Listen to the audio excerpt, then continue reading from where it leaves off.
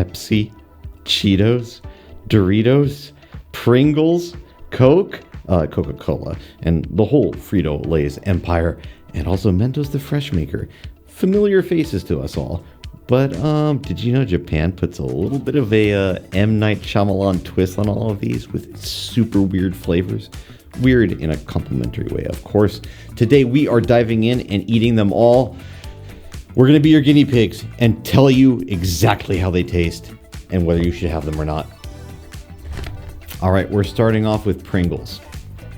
I consulted with Julius Pringle about this, but I can hear the boo birds. You guys are thinking, pick a weirder flavor because you can, throw a stone in any direction in Japan and hit a convenience store that has some kind of crazy, like wild, adventurous flavors of Pringles. Like there's like churrasco, there's like all, home run hamburger, like what is that? Like all that kind of stuff. But Consommé is the correct term. I forgot. Our mysterious producer is he's like Pepe Le Pew or Jacques Cousteau or whatever Frenchy. Thank you for correcting me. Consommé and onion. This is actually like kind of a classic flavor in Japan when it comes to potato chips. I'm not exactly sure why, but it's become just a very popular flavor. But after reading the official website of Pringles, this flavor is actually specifically engineered and created in Japan for Japanese tastes. Consommé and onion. Who'd have think it? Or thought it? Or thunk it? All right, let's try them out.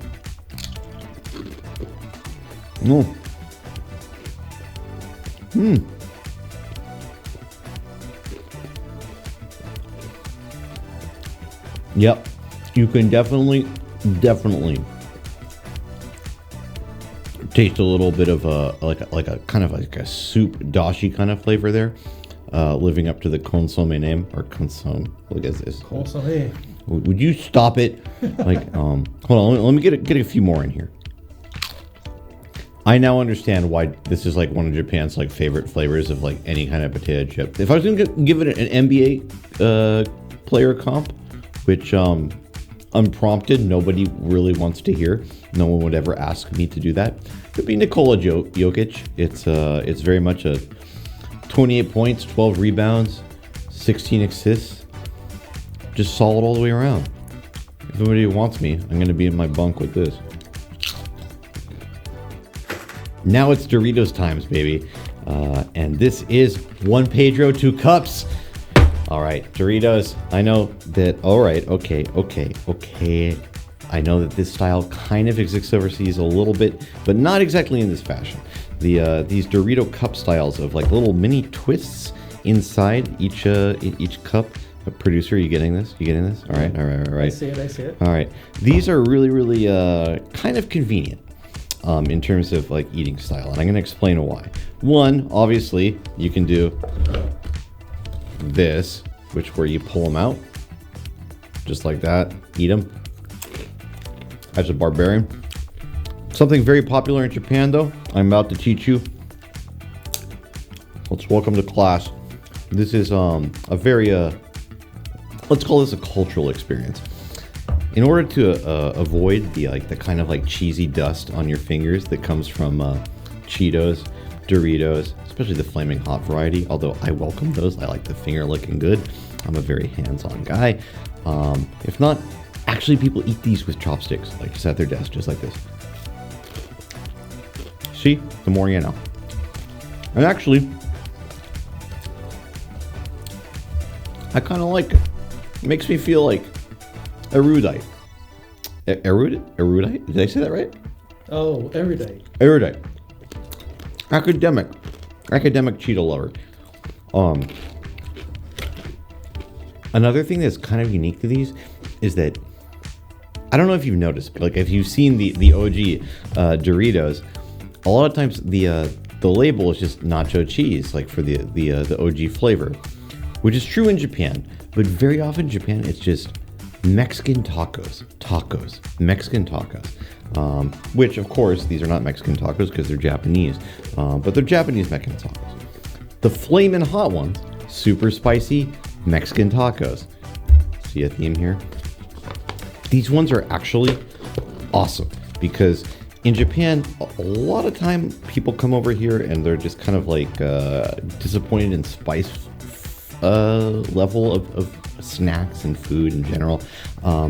These people just don't know where to go. But for this is actually kind of like this scratches your itch if you're a spice fan. Yep. We're in flavor country, buddy. I'm feeling 10 feet tall, strong as an ox. Hitting the mic there. Now watch out for that mic, man. Shut up. Good. Well, as you can tell, I'm having a really awesome time here, making my way through all these snacks. Next up is Cheetos, which I'm really looking forward to. This Cheetos flavor is actually Konbini Gente, which means limited only to Konbini. It's a Japanese convenience store exclusive. This one has a mix of the classic cheesy, crunchy kind, your typical Cheetos that you'll find everywhere. Although Conspiracy Pedro says that Cheetos in Japan tastes a little different than overseas. Mysterious producer, do you believe this? I don't know if it's a conspiracy, but I corroborate that. You're corroborating? Okay, well, thanks for your vote of confidence. I can always rely on you. The other, though, however, is that this is a mixed bag. It contains the original flavor that I suspect is different, along with teriyaki. Teriyaki Cheetos. Now, this has long been a suspicion of mine that teriyaki in Japan is very different than teriyaki that we taste overseas. I'm not exactly sure how to express it, but I feel like it's a little bit sweeter, a little bit more complex in flavor, and not exactly like as straightforward. But who knows? Maybe Cheetos is going to be the ultimate vehicle to find this out. Let's take a look. All right, so this is a mixed bag. Zoom in, producer. Are you zooming in? I'm zooming in. You better zoom in, because I'm not holding this any closer I can see it right now. All right. Yeah, that's good. All right. So, as you know, Cheetos were introduced to Japan in the Meiji era via, Chester Cheeto. You can, Chester Cheetah? That's his name, right? Okay, Chester Cheetah. Yeah, he originated from Portugal. You can look that up. Fact check me. Don't quote me on it. Anyway. This is what the teriyaki one looks like. You can already see that it looks a little bit different. Zoom in on that, buddy. And I am going to take a bite. One bite through them all. All right. As the package suggests, it's not just teriyaki flavor. It's teriyaki burger flavor. Like you get like a little bit of like a bready kind of like almost cheesy, like oh, I bit into a teriyaki burger in Japan, a classic like mayo-y kind of like thing like that. So yeah, it even shows on the package there's a burger, right? Yes, which is what I just said. Well, your hand is hiding it, is it? Oh, my hand is hiding it. My hand's about to hide something else in a few. Don't do that. All right, but no, these are good. These are good. As I said, these are limited edition. Like you can't get them all the time, but definitely keep your eye out for strange Japanese Cheetos flavors, because for all my Coke heads, it's time for Coca-Cola Plus. Now, cheating a little bit because I know this. You can technically buy this overseas, but not in a lot of countries technically. Coca-Cola Plus is the healthy version of Coke. Obviously, all Coke versions are healthy, but this one is specifically like kind of made to like absorb fat when you eat like an unhealthy meal. Like it helps you lose weight or moderate your kind of like metabolism a little bit. The actual thing says to pair it once a day with like any kind of like greasy meal you do. So guess what I'm gonna do? I'm gonna have a greasy meal, pair it, and see if I lose weight. All right, he's a man of action. Man of action. Into the Jeep.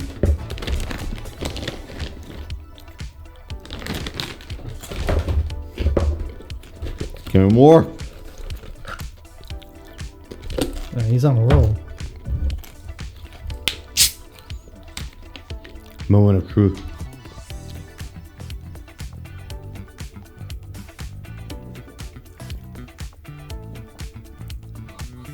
Oh my God.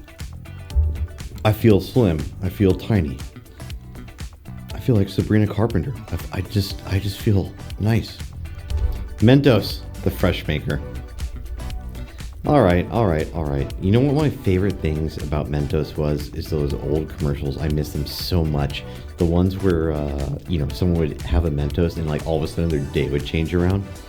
That doesn't work for me because my day never changes. I'm just a miserable pit of despair. However, this Mentos is Ramune flavored. If you don't know what Ramune is very much a classic traditional Japanese snack. I could be wrong. Please do not quote me on this. Which was invented first, the actual candy or the soda? The soda. It was, in more than 100 years ago. I think it was... more than 100 years ago? Yeah, it was in the Meiji era. Basically, someone, I forget where he was from originally, either maybe Irish or Scottish, but a gentleman who was a chemist, basically, started selling this kind of this soda, like Ramune soda, which was the name comes from lemonade. It's the Japanese version of lemonade. Well, we got a really great strong source on this. Thank you very much. I did a bit of research on it. Anyway, there's two versions of Ramune that, despite that lore, there's the kind of like shock tart kind of candy version of it, but there's also the drink, which is like this Sisyphean task of like pushing a marble through a soda bottle to get it. Either way, they're both good. On Pedro Isle, we drink Pepsi straight. And in Japan, they have the perfect recipe for it. Did you know that in Japan, Pepsi has a special flavor uniquely designed for Japanese people? Well, not for Japanese people, but that's what they say. It's like sometimes. But anyway, take a look at this mark here. This thing here, Nama, very important.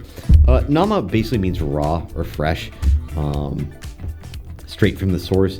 One of the most important words you can use if you're a booze hound like me is if you go to a bar, an izakaya, anywhere, you say Nama. It just means draft beer, basically. So this is basically tap Pepsi. Pepsi on tap. This has like a very special engineered recipe that is, how would you say? They gave us some scientific reason listed on the website. This actually has like a special kind of like brewing process, if you can believe that, where it's unheated and the spice integration process. Help me out, Frenchie. Okay, Frenchie to the rescue. Basically, it's made without heat, as you said, and it has a combination of spices that is unique to its production here in Japan. So I don't know exactly which spices those are, but basically, it has a much less pronounced sweetness to it, and the aftertaste is like clear. It's like, oh, this is the original taste of Pepsi with no aftertaste. So, without further ado, we are going to double fist this. We have the lemon version. We have the Big Zero version, which is the zero. Oh, one is safe. 2 is pretty safe. Let's go. Double fist.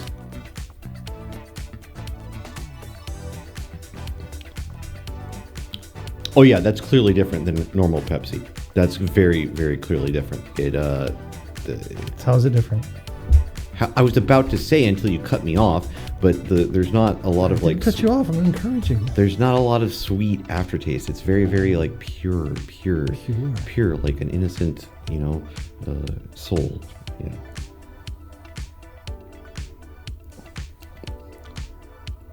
Oh, the lemon one's actually kind of interesting. You would think this would be like overly citrusy or something like that, but it's not. It's very, very similar to it, but just like a little bit of a kick of citrus, like I don't know, a Clay Thompson 3, just butter smooth. And yes, if you thought we weren't gonna try this, my God, you were wrong. The night is dark and full of terrors, but in Umami Bites, we do not run. We have to do it. If there's no next episode, by the way, you know the reason. But Pedro, signing off with...